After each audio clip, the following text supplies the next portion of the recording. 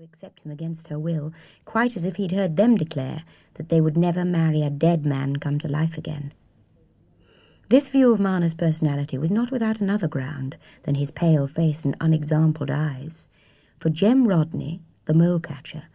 averred that one evening, as he was returning homeward, he saw Silas Marner leaning against a stile with a heavy bag on his back, instead of resting the bag on the stile, as a man in his senses would have done, and that on coming up to him he saw that Marner's eyes were set like a dead man's, and he spoke to him and shook him, and his limbs were stiff, and his hands clutched the bag as if they'd been made of iron. But just as he made up his mind that the weaver was dead, he came all right again, like as you might say in the winking of an eye, and said good night and walked off. All this Jem swore he had seen, more by token that it was the very day he had been mole-catching on Squire Cass's land, down by the old saw-pit. Some said Marner must have been in a fit, a word which seemed to explain things otherwise incredible.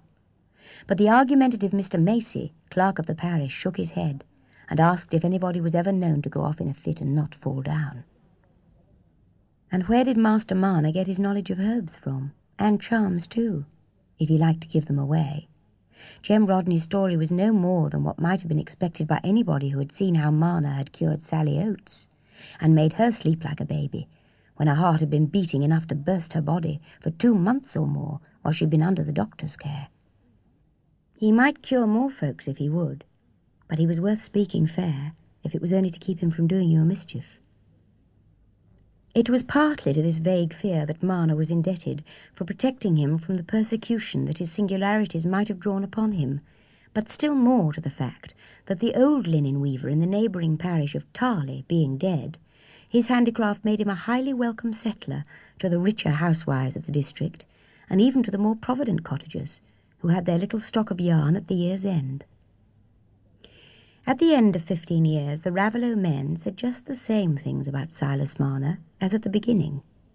They did not say them quite so often, but they believed them much more strongly when they did say them. There was only one important addition which the years had brought. It was that Master Marner had laid by a fine sight of money somewhere, and that he could buy up bigger men than himself. His life, before he came to Raveloe, had been filled with the movement, the mental activity, and the close fellowship which, in that day as in this, marked the life of an artisan, early incorporated in a narrow religious sect,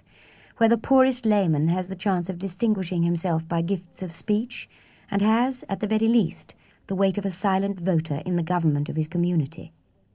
Marner was highly thought of in that little hidden world, known to itself as the church assembling in Lantern Yard. He was believed to be a young man of exemplary life and ardent faith, and a peculiar interest had been centred in him ever since he'd fallen, at a prayer meeting, into a mysterious rigidity and suspension of consciousness, which, lasting for an hour or more, had been mistaken for death.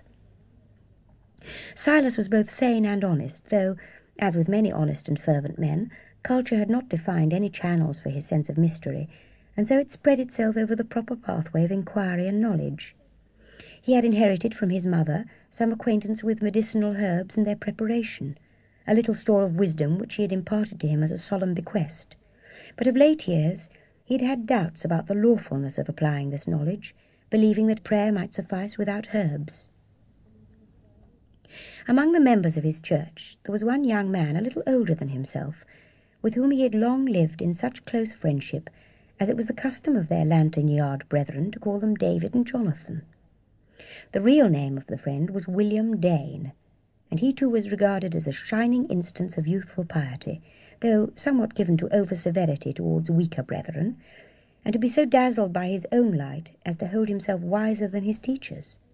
But whatever blemishes others might discern in William, to his friend's mind he was faultless,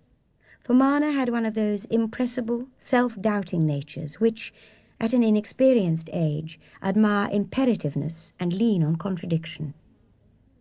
It had seemed to the unsuspecting Silas that the friendship had suffered no chill even from his formation of another attachment of a closer kind. For some months he had been engaged to a young servant woman, waiting only for a little increase to their mutual savings in order to their marriage,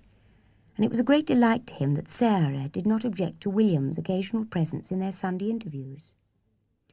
It was